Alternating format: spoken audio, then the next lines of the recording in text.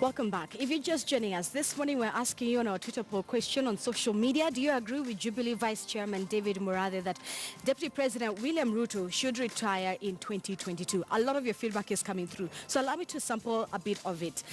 One tweet says the presidency was like a package and should all retire peacefully. One also says... retire to where? The DP is God sent to finish dynasties in Kenya. Kenyans are tired. One more tweet says, yes, I support Murathe. It happened. Mr. Ruto himself said that he was elected as DP. Therefore, he should retire with President Uhuru Kenyatta. I agree with him fully. Another tweet reads, Deputy President William Ruto has demonstrated his capabilities as the second in command, and Kenyans have seen he does not meet the requirements needed to steer this country forward.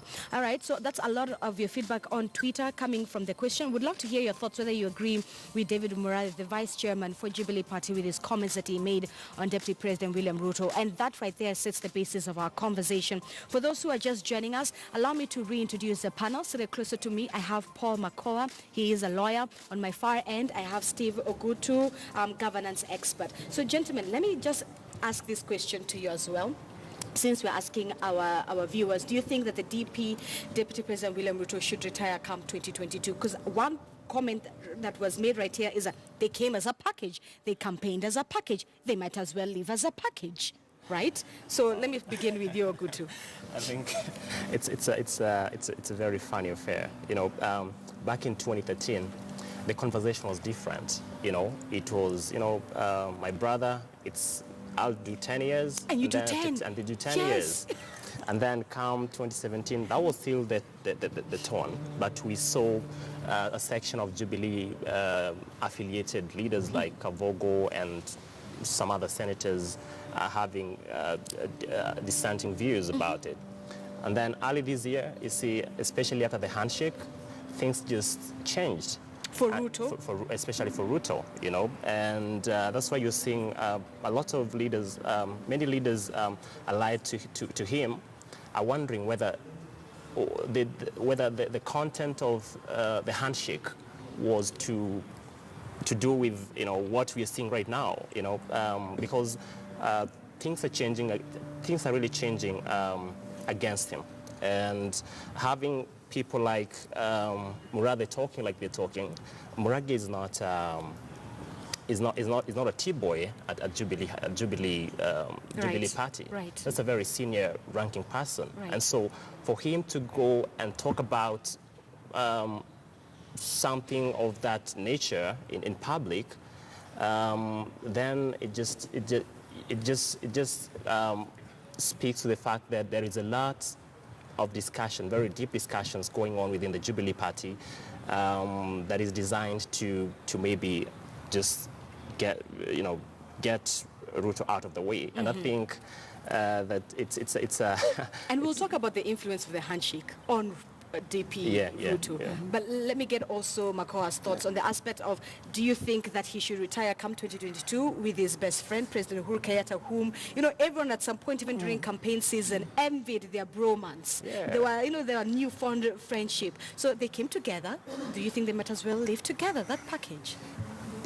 Honorable Mother Karua, one day, sometimes back, if you remember, she said something, that when you see a dog barks, you need to ask the owner. Now, that aside, Honorable Murathe is a senior politician in Jubilee, and for that matter, the vice chair of the party. And I'm sure the way he said, and he clarified that yesterday, that indeed he says, or he has dared to say, what many people are not willing, or are willing, but do not have the courage to speak out.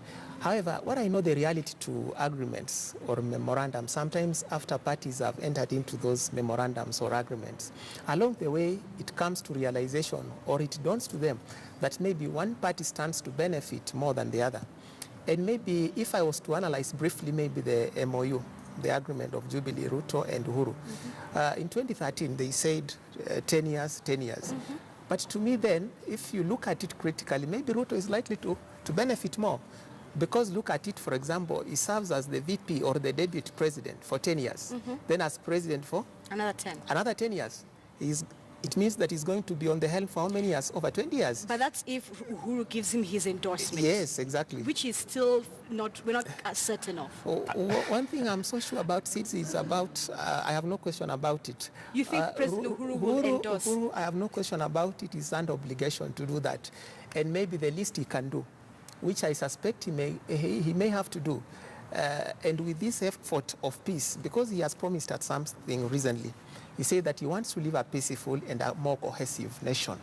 And my bet is most likely that he's going to talk to all these players to come together, and maybe we may not face in 2022, we may not face those acrimonious elections as people may expect. Maybe you never know, he may speak to Ruto, to Raila, and even to Mudavadi to come together. President and maybe, Uhuru Kenyatta. Yes, I highly suspect that may happen. Okay, go ahead, Ogutu. I just wanted to rejoin that to his conversation.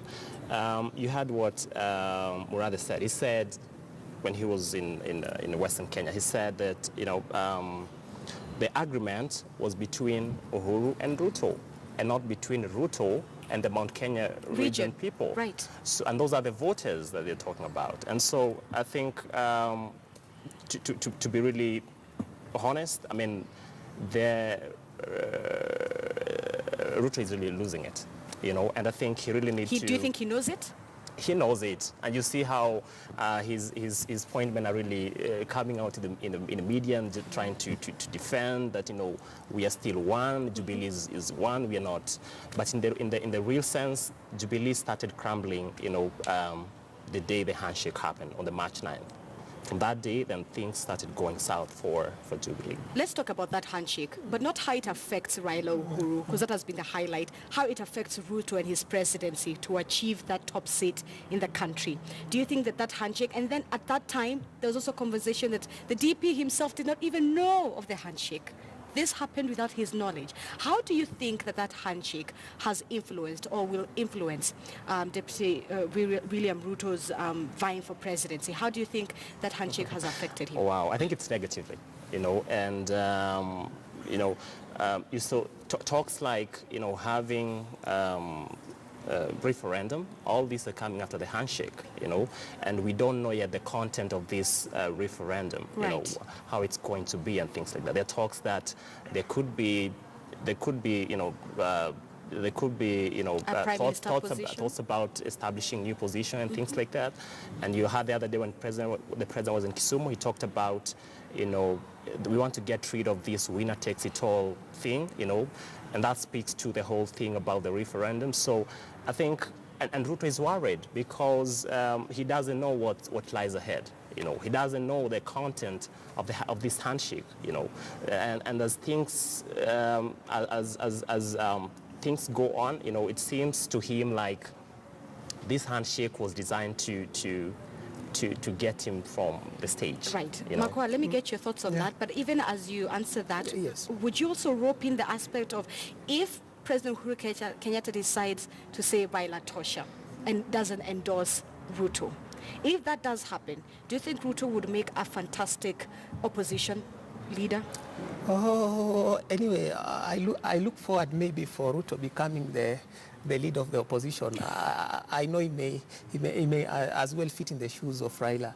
Mm-hmm. However, as I weigh on maybe that point of the handshake, I know definitely it has really destabilized Ruto. Because agreements are best, especially the agreement between Ruto and Uhuru. Mm-hmm. I'm sure it was based on trust, on mutual trust, and I'm sure that definitely Ruto may not have felt it well. When, for example, like Uhuru brought in Raila under the handshake, even without his knowledge, I think that in itself maybe speaks about issues of mistrust and some underlying things that the parties maybe are not comfortable. I know you mentioned that the aspect of Uhuru endorsing Raila, I mean Ruto in terms of the MOU that they had, but is Uhuru really obliged to endorse Ruto? He can wake up tomorrow morning, he himself, he says that his successor, his choice of a successor would be, and I quote, a shocker. As far as I'm concerned, if maybe I was to quote the MOU, which is a secret, but I know there was an MOU. We understand that from the public domain. There was an MOU or an agreement for that matter. Parties aren't an obligation to honor that. Now, the question as to whether that is honored or not, it depends on the goodwill of the parties. But as a gentleman, maybe I will expect that he honors that obligation. However, there is a reality to politics, because historically we have read, and I think yesterday it was analyzed on your channel, how MOUs have been broken over time among the different parties and all that. Until now, it has reached a point where now when you speak about MOU, they don't matter, they no longer matter. And it's somehow unfortunate, but good gentlemanship will require that if parties may be entered into an MOU, in an understanding that we honor that. When Murathe said that the next person who becomes president will be decided by the Mount Kenya region, let's talk about that specific aspect. Don't you not think it's time that we got rid of that Mount Kenya region decides the next presidency? Because, gentlemen, this then questions democracy. Why should I, as a Kenyan, wake up at 4 a.m., go queue, and make a line? Well, about 7 mafias in Kenya have already decided who's going to be the next presidency. So that comment right there puts into question democracy in this nation. When we say, no, the next president will be decided by the Mount Kenya region. Why do we have, then why do we go and vote? Why do we have democracy? I think I want to agree with you. I think we need to really try and, as a country, move away from the politics of ethnicity, you know, where we elect leaders, especially in the positions of presidency and the deputy president, based on where they come from in terms of their ethnic background. I think that in itself jeopardizes, you know, these struggles we've had in strengthening the democracy of this country. And I think it's a sad affair, especially hearing that, I mean, coming from a person of that caliber. I think it's not a good thing. Right. Yeah. All right. Makwan, let me get your thoughts. Just on that, from what he's saying, it's unfortunate that as a country maybe we can have this mentality that, you know, that unless a particular bloc or a particular population decides who becomes the president, then the other people may not have opportunity. Because in the Constitution, each one has a chance, and indeed each one of us and all of us, as long as you are able and you feel that you are convicted, you can deliver. You are entitled to vie as a president, sell your ideas, sell your agenda, and if the people of Kenya find it fit, then they need to elect you. However, the reality of the matter is it's not even about the tribe who decides. Unfortunately, the presidents and leaders are decided in the boardrooms. Exactly. In the boardrooms. So, System. there you Yes. go. And before we even come to, before we move to education conversation, let's finish with this, because like you said, it's boardroom decisions. Right now, we're seeing a season of alliances in Kenya being formed, especially with Mudavadi and Wetangula and Kivutha Kibwana on this other side. There's a lot of that is happening. There's a possibility and the actual possibility of whether they'll be able to bring the Western vote come 2022. Let's talk about that, the fact that we're seeing new alliances being formed in this new season. Ogoto, what would you see that perhaps wouldn't have shocked you? I think this is normal, and we should expect new alliances as we head to 2022. I mean, we'll have parties trying to align themselves and in ways that they think they'll be able to get more votes and things like that. But for me, I think toward the end of it all, we may just have like 2 major alliances, you know. And that would be an alliance that is Ruto-led, and another one that is Uhuru, Raila, and maybe Gideon Moi-led alliance. Right. You know, because as the conversation is shaping up, it's shaping up toward that particular direction from the look of things. That's my opinion about it. Yeah. The fact that we still do not know Raila's stand within the government. We don't know exactly what his position is. We do not know exactly what that secret power handshake on the steps of Harambee meant. We really do not know the details of where he stands within the government. Do you think that also plays a critical role for Ruto not knowing, and even us as a nation, where Raila stands with this government? I think to Ruto on that, I think he's fighting a very tough battle, because first he's fighting and you don't know who the enemy is. Unlike the other side, because on the other side, the way he has said it is true. Most likely, we are going to have Ruto definitely is running and is going to be on the ballot. Then the question is, who is this other person that is going to contest against? That remains a mystery. And as long as that remains a mystery, right, I'm telling you, is not having it at ease. Because you see, one way of maybe winning the battle is about identifying who is your enemy, who is your target. Unfortunately, it does not have that benefit. But on the other side, people know. People are reading his schemes. People are reading his ways, his moves, and the way he's doing things. And he started so early. So people are reading all his lines and following. Gentlemen, we have to talk about endorsement, because endorsement is a big issue when it comes to politics. Yes. Let me just run us through a bit of our history. Back in 2002, Moi had, then president, had endorsed Uhuru. Yeah. But he didn't get that seat. Later on, Raila said Kibaki tosha. He threw his political weight behind him. Kibaki got it. So endorsement plays a key role. It's quite influential. That's when someone of heavyweight says, comes out and says, I endorse, person A, B, C, D. But does endorsement guarantee a win for an individual, Ogutu? I think the kind of endorsement you're talking in this context is Uhuru endorsing maybe Ruto. Either Ruto or Raila or perhaps any new person. Right. He says it's going to be a shocker, so we still don't know. Yeah, so, and, yes, it does, especially coming from a person like that who has a very huge following. It does. But in the context of Uhuru endorsing Ruto and the kind of conversations we're having around it, that is trying to move away from the kind of argument these people had a couple of years ago, I think that's not going to happen. I think that there is still a lot of work that Ruto need to do. Okay. Yeah. Makwa, let me get your thoughts. About endorsements. Endorsements work and sometimes don't work. They work because when you look in 2002 has double-edged sword. In 2002, Raila endorsed Kibaki, and indeed Kibaki won the elections. And also similarly, Moi endorsed Uhuru. It didn't work. It didn't work. And that was very important. Right. The 2000 endorsement, Moi endorsing Uhuru was important. It set him on stage, and people knew that, there is this gentleman called Uhuru, and that played a very critical part when it came to even 2013, because from 2000 going forward, he was now active in the public arena. It sets the foundation for him. This also reminds me, gentlemen, of 2016 with the U.S. election.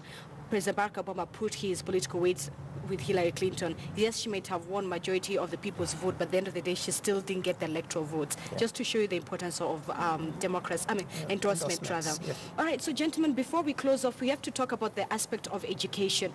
So 2nd January is coming very soon. Do we cross over? Parents were still not sure. Are we having the new curriculum? Are we shopping for the new curriculum or not? But then Samuna Mohammed came out and said it's a go-ahead. But that confusion that was playing within the Ministry of Education goes ahead and speaks volume of whether are we truly ready for this new system that has been there. But more so, before we even talk about the system, let's talk about the grooming strike that is coming. Not say that if they do not, if the Ministry of Education doesn't go ahead and address the issue of transfer of teachers, the delocalization of education, the aspect of promotion for our teachers, this time around it's not even a matter of wage. These are the 3 main key points that NAT is looking out for.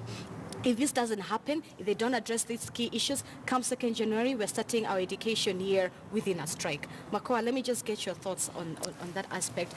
Now, the issue of delocalization, indeed, it has been a thorn in the flesh for quite a while. And I know it causes a lot of problems, right from the basic unit of the society, which is the family.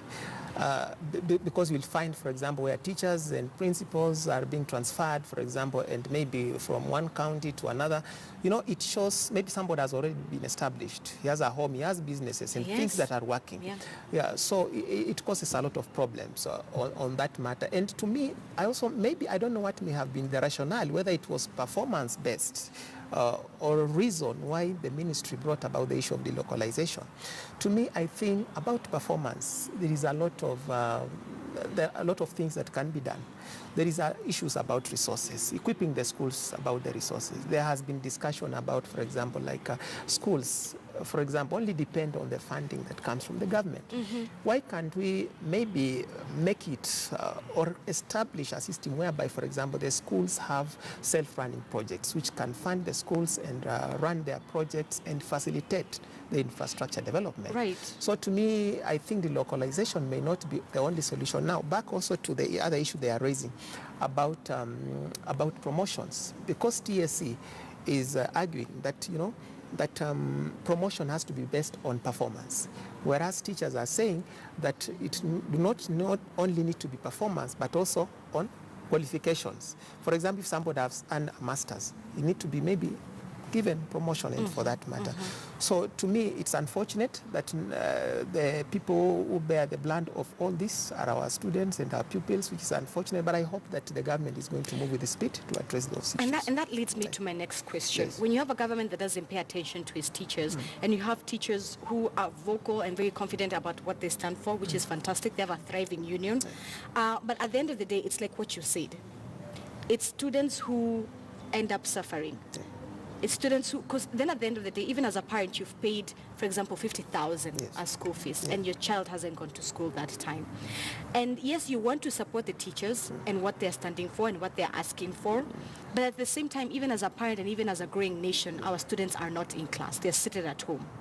And at the end of the day, they get to suffer the most. Ogutu, how do we go about finally addressing this issue? Because year in, year out, we have teachers striking. If it's not doctors or nurses, again, it all affects the common man. How do we put these problems to bed rest? Yeah, I mean, we've become a striking nation. Right. Is striking is the striking the answer to all of this? But you see, it's not the answer to this, but unless we come out and talk about it, then we're not going to find solutions to it. I think, but what we need to see, especially in the education sector, is these stakeholders need to have a solid discussion about some of these issues that are being raised by NAT here. Some of them are very valid, you know, if you talk about the issue of delocalization. Transfer of teachers. The families that are, like you said, they're talking about it destabilizes family and the lives of these teachers. Imagine if you've throughout your life, you've been teaching, say, in Mandera, I mean, a place like, say, Muranga, for like half of your career. And then you want to be transferred to a place like Mandera. You know, you have a family, businesses, and all that set up. I mean, it's something that I think was not well thought out by the people who came up with this idea. And I think there is need for the government, the relevant ministry, and the union to have a very genuine conversation about it, because we are tired about having strike year in, year out. And the people who end up suffering are the innocent children of this country. And they are demoralized. We have parents who are struggling day in, day out. Some of them are not formally employed. Some of them, they survive literally on juakali. They can't even afford meals every day.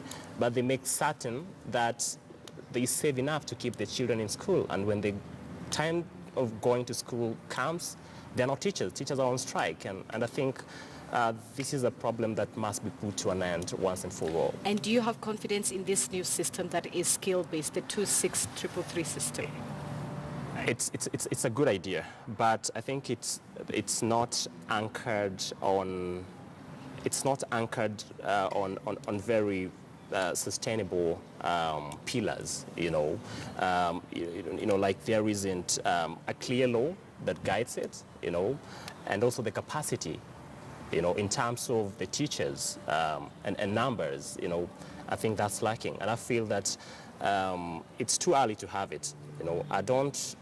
When the CS had postponed 2020 to now to 2019. I think postponing to 2020, that was a good idea, so that it gives them time to plan better.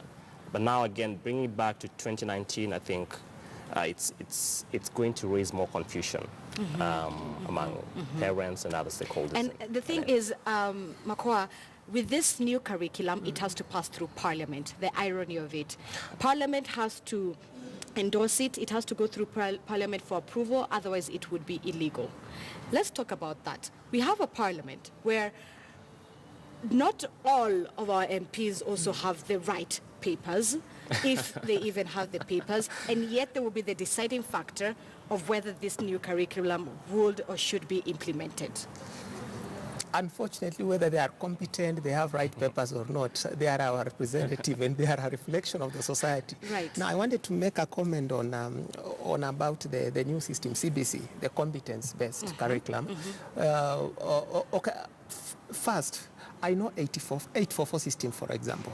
Maybe people have brought a lot of things about a lot of challenges that it has, but I strongly believe that that system had some of the some benefits. 844. 844. Yes. Okay. But I think the opportunities which 844 system presented were not well utilized. For example, when I was in primary, I remember we used to do subjects like art and design, Home art science. and craft, home science, Yeah. and we were being even taught how to cook, how to bake cakes, and those things, how to make furniture. Right. But I wonder, after that, after those skills were given to the students, what happened after that? Because I can't remember or I can't recall any of us among students, for example, who came out, then they utilized that skill later in life. So I think 844, maybe there were a lot of opportunities which were never exploited, and maybe same problems may be transferred to the new proposed system. If the opportunities, because we are saying now we want assessment to be based on competence, it may maybe face the same fate if at all we don't really actualize or put into action those good things which are... And that has been one of the biggest things, whether we do 844, we do 743 or 26333. The point is, even the teachers, have they been well trained to then deliver that quality of education that comes with that curriculum? I think it is an issue. In fact, it is one of the reasons. There is a lot of talk about teachers, some of them, and not only teachers, even some of the stakeholders in the government are not supporting it, because some of them are feeling they have been alienated in the process. I hear there is a lot of infighting between, for example, Kenya Institute of Curriculum Development and, for example, NEC and even the ministry and some of the stakeholders who are feeling that now they have been left out. Some of their jobs are being taken over. So I think there is a lot of infighting that may really not cause this curriculum to succeed. Gentlemen, do you think, lastly, as we wind up, that perhaps President Uhuru Kenyatta shouldn't have moved CS Fred Matiang'i from education? Perhaps if he's still stuck to his guns in that ministry, this confusion, we will not be seeing it at all. I think that's a good question.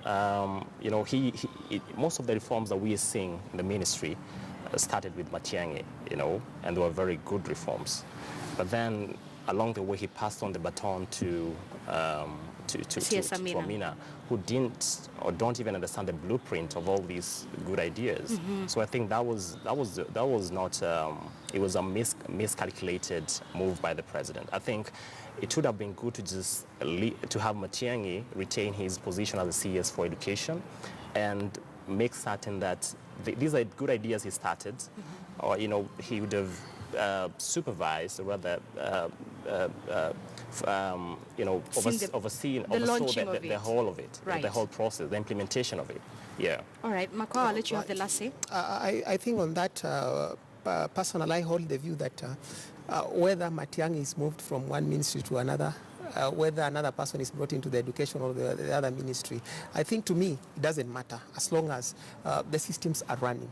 And in fact, when we speak about good governance, we need to focus on institutions so that we put down the necessary policies, the necessary systems, so that regardless of whoever comes, the system will still run. Because there are a lot of institutions, a lot of stakeholders who are supposed to propel that particular system. And for Matiang'i, I think to me, he fits well. All right. In the security ministry is also a key ministry to our country. Steve Ogutu, Paul Makwa, thank you so much for your time. Thank you for coming and helping us also take through the weekend review. A lot of your feedback is coming in regards to that. Let me just read one or two comments. One says by Javier Kama, you say, I agree with him, right? Because if he had nothing left in him, rather if he had nothing left in him good that he can offer Kenyans have tested him as DP, so we know him well and what he is perfect in. One, Frank, you says, yes, he cannot rule for 20 years. I don't think he should. Another, Samuel, you say we don't agree that William Ruto should retire in 2022, but that doesn't mean that we must